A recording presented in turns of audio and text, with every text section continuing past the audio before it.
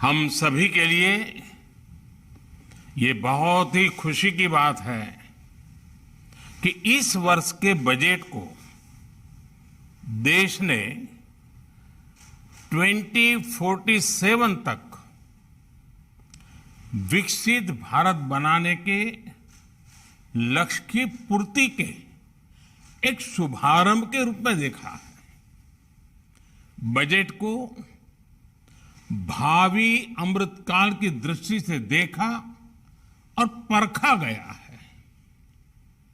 ये देश के लिए शुभ संकेत है कि देश के नागरिक भी अगले 25 वर्षों को इन्हीं लक्ष्यों से जोड़कर देख रहे हैं। साथियों, बीते 9 वर्षों में देश विमेन लेड डेवलपमेंट के विजन को लेकर आगे बढ़ा है। भारत ने अपने बीते वर्षों के अनुभव को देखते हुए विमेन डेवलपमेंट से विमेन लेड डेवलपमेंट के प्रयासों को वैश्विक मंच पर भी ले जाने का प्रयास किया है। इस बार भारत की अध्यक्षता में हो रही G20 की बैठकों में भी ये विषय प्रमुखता से छाया हुआ है। इस वर्ष का बजट भी विमेन लेड डेवलपमेंट के इन प्रयासों को नई गति देगा और इसमें आप सभी की बहुत बड़ी भूमिका है। मैं इस बजट वेबिनार में आप सभी का स्वागत करता हूं। साथियों, नारी शक्ति की संकल्प शक्ति, इच्छा शक्ति, उनकी कल्पना शक्ति, उनकी निर्णय शक्ति, त्वरित फैसले लेने का उनका सामर्थ्य, निर्धारित लक्ष्यों को प्राप्त करने के लिए उनकी तपस्या, उनके परिश्रम की पराकाष्ठा,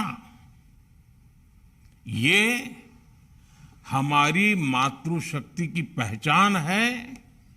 ये एक प्रतिबिंब है। जब हम विमेन लेड डेवलपमेंट कहते हैं तब उसका आधार यही शक्तियां हैं। मां भारती का उज्जवल भविष्य सुनिश्चित करने में नारी शक्ति का यह सामर्थ्य भारत की अनमोल शक्ति है। यही शक्ति समूह इस शताब्दी में भारत के स्केल और स्पीड को बढ़ाने में बहुत बड़ी भूमिका निभा रही है। साथियों, आज हम भारत के सामाजिक जीवन में बहुत बड़ा क्रांतिकारी परिवर्तन महसूस कर रहे हैं। पिछले कुछ वर्षों में भारत ने जिस प्रकार विमेन एम्पावरमेंट के लिए काम किया है, आज उसके परिणाम नजर आने लगे हैं। आज हम देख रहे हैं कि भारत में पुरुषों की तुलना में महिलाओं की संख्या बढ़ रही है। पिछले 9-10 वर्षों में हाई स्कूल या उसके आगे की पढ़ाई करने वाली लड़कियों की संख्या 3 गुना बढ़ी है। भारत में साइंस, टेक्नोलॉजी, इंजीनियरिंग और मैथ्स में लड़कियों का एनरोलमेंट आज 43% तक पहुंच चुका है। और ये समृद्ध देश, विकसित देश, अमेरिका हो, यूके हो, जर्मनी हो, इन सबसे भी ज्यादा है। इसी तरह मेडिकल फील्ड हो या खेल का मैदान हो, बिजनेस हो या पॉलिटिकल एक्टिविटी हो, भारत में महिलाओं की केवल भागीदारी नहीं बढ़ी है, बल्कि वो हर क्षेत्र में आगे आकर नेतृत्व कर रही है। आज भारत में ऐसे अनेक क्षेत्र हैं जिनमें महिला शक्ति का सामर्थ्य नजर आता है, जिन करोड़ों लोगों को मुद्रा लोन दिए गए, उनमें से करीब 70% लाभार्थी देश की महिलाएं हैं। ये करोड़ों महिलाएं अपने परिवार की आय ही नहीं बढ़ा रही हैं, बल्कि अर्थव्यवस्था के नए आयाम भी खोल रही है। पीएम स्वनिधि योजना के माध्यम से बिना गारंटी आर्थिक मदद देना हो, पशुपालन को बढ़ावा देना हो, फिशरीज को बढ़ावा देना हो, ग्रामोद्योग को बढ़ावा देना हो, एफपीओज हो, खेलकूद स्पोर्ट्स हो, इन सभी को जो प्रोत्साहन दिया जा रहा है, उसका सर्वाधिक लाभ और अच्छे से अच्छे परिणाम महिलाओं के द्वारा आ रहे हैं।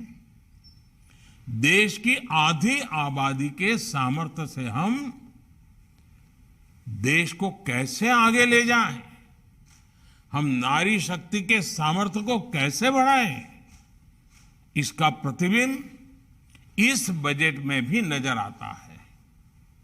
महिला सम्मान सेविंग सर्टिफिकेट स्कीम, इसके तहत महिलाओं को 7.5% इंटरेस्ट रेट दिया जाएगा।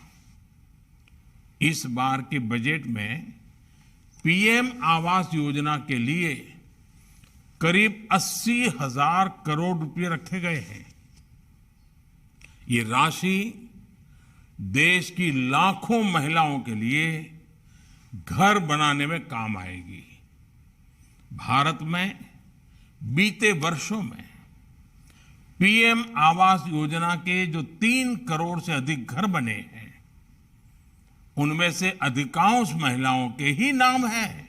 आप कल्पना कर सकते हैं, वो भी एक जमाना था जब महिलाओं के लिए न तो कभी खेत उनके नाम होते थे, न खलिहान उनके नाम होते थे, न दुकान होती थी, न घर होते थे। आज इस व्यवस्था से उन्हें कितना बड़ा सपोर्ट मिला है। पीएम आवास ने महिलाओं को घटते आर्थिक फैसलों में एक नई आवाज दी है। साथियों, इस बार के बजट में नए यूनिकॉर्न्स बनाने के लिए, अब हम स्टार्टअप की दुनिया में तो यूनिकॉर्न सुनते हैं, लेकिन क्या सेल्फ हेल्प ग्रुप में भी ये संभव है क्या? ये बजट उस सपने को पूरा करने के लिए सपोर्ट करने वाली घोषणा लेकर के आया है। देश के इस विजन में कितना स्कोप है, ये आप बीते वर्षों की ग्रोथ स्टोरी में देख सकते हैं। आज देश में 5 में से 1 नॉन फार्म बिजनेस महिलाएं संभाल रही हैं। बीते 9 वर्षों में 7 करोड़ से ज्यादा महिलाएं सेल्फ हेल्प ग्रुप में शामिल हुई हैं और वो अलग अलग क्षेत्रों में काम कर रही हैं। ये करोड़ों महिलाएं कितना वैल्यू क्रिएशन कर रही हैं, और इसका अंदाज आपको इनकी कैपिटल रिक्वायरमेंट से भी लगा सकते हैं। 9 वर्षों में इन सेल्फ हेल्प ग्रुप्स ने 6.25 लाख करोड़ रुपए का लोन लिया है। ये महिलाएं केवल छोटी एंटरप्रेन्योर ही नहीं है, बल्कि एक ग्राउंड पर सक्षम रिसोर्स पर्सन का काम भी कर रही है।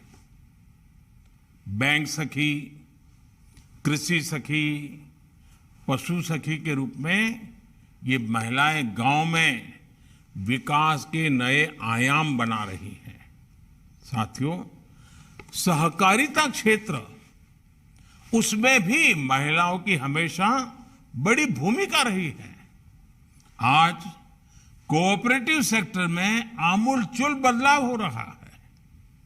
आने वाले वर्षों में 2 लाख से ज्यादा multi multipurpose cooperative, dairy cooperative और फिशरीज कोऑपरेटिव बनाए जाने वाले हैं।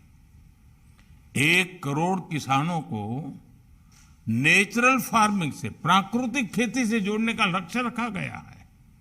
इसमें महिला किसानों और प्रोड्यूसर ग्रुप्स की बड़ी भूमिका हो सकती है।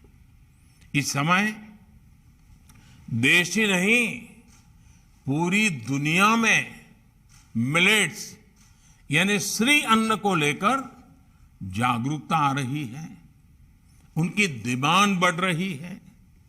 ये भारत के लिए एक बड़ा अवसर है।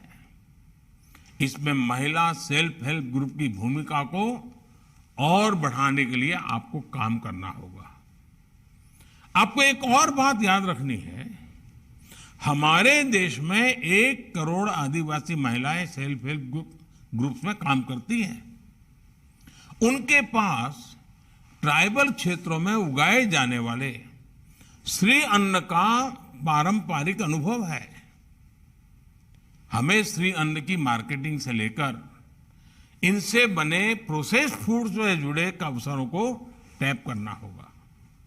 कई जगहों पर माइनर फॉरेस्ट प्रोड्यूस को प्रोसेस करके मार्केट तक लाने में सरकारी संस्थाएं सहायता कर रही है।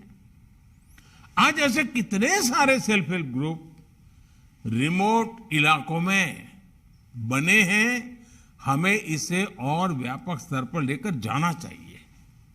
साथियों, ऐसे तमाम प्रयासों में युवाओं के, बेटियों के स्किल डेवलपमेंट की बहुत बड़ी भूमिका होगी। इसमें विश्वकर्मा योजना एक बड़े ब्रिज का काम करेगी। हमें विश्वकर्मा योजना में महिलाओं के लिए विशेष अवसरों को पहचान कर उन्हें आगे बढ़ाना होगा। जेम पोर्टल और ई कॉमर्स भी महिलाओं के व्यवसाय को विस्तार देने का बड़ा माध्यम बन रहे हैं। आज नई टेक्नोलॉजी का फायदा हर सेक्टर ले रहा है। हमें सेल्फ हेल्प ग्रुप्स को दी जाने वाले ट्रेनिंग में ज्यादा से ज्यादा नई टेक्नोलॉजी के प्रयोग पर बल देना चाहिए। साथियों, देश आज सबका साथ, सबका विकास, सबका विश्वास और सबका प्रयास की भावना के साथ आगे बढ़ रहा है। जब हमारी बेटियां सेना में जाकर देश की सुरक्षा करती दिखाई देती हैं, राफेल उड़ाती दिखाई देती हैं, तो उनसे जुड़ी सोच भी बदलती है।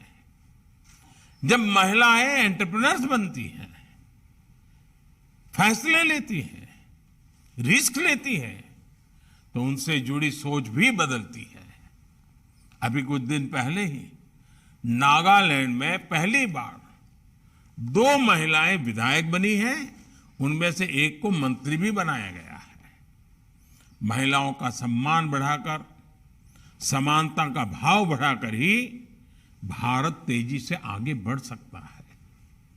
मैं आप सभी से आह्वान करूंगा, आप सभी महिलाओं, बहनों, बेटियों के सामने आने वाली हर रुकावट को दूर करने के संकल्प के साथ आगे बढ़े। साथियों, 8 मार्च को महिला दिवस राष्ट्रपति द्रौपदी मुर्मू जी ने महिला सशक्तिकरण, उस पर एक बहुत ही भावुक आर्टिकल लिखा है।